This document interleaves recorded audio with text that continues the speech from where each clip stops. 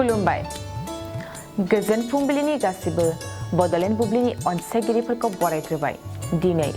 20 March समबारनि फान्जामुथिखौ फरायथिनो लादों लिखां ब्रह्मआ फान्जामुथिनि गिबियाव दं मेष राशि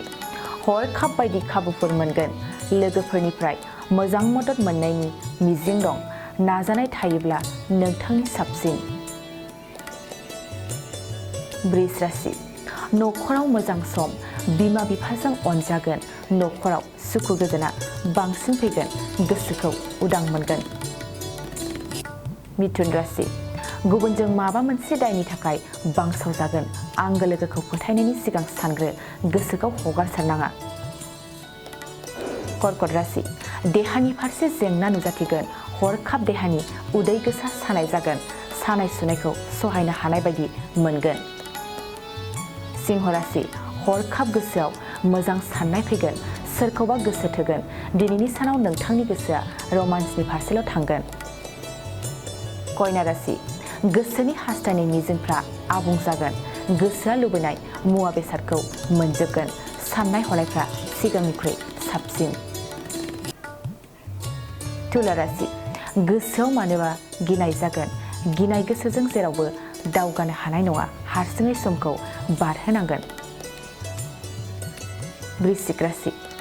देहानि थाखाय मोजां जानाय नङा हरखाब मेगन गाज्रि जानायनि मिजिं दं गावनि देहाखौ जोथोन लाखिनाया नोंथांनि साबसिन धनु राशि सोरनिबा थुलुंगा मोननानै गोसोआ गोरासिन जागोन गोसोनि थुलुंगाजों मावनो हायै खामानिखौ मावफुंनो हागोन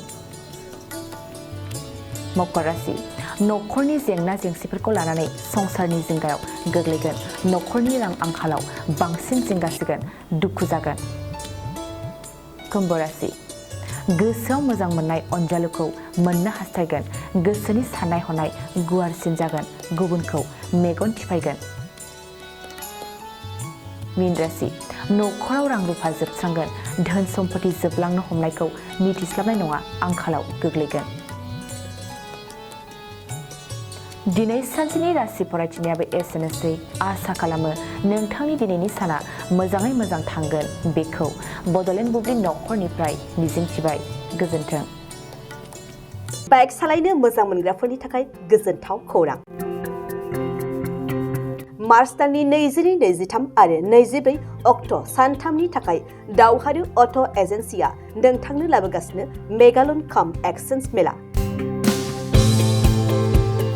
बे मेगालन काम एक्सचेन्ज मेलाखौ क'क्राझार बड'लेण्ड गेस्ट हाउसनि साखाथियावनो खुंफुंगोन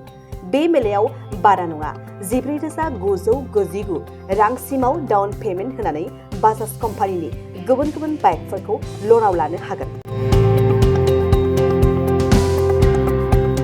एक्सचेन्ज खालामग्राफोरनि थाखाय एक्सचेन्ज ब'नासबो थागोन बाइक सालायनायाव हमनो थाखाय बायगिरिया बेसेन लायालासे हेलमेटबो मोनगोन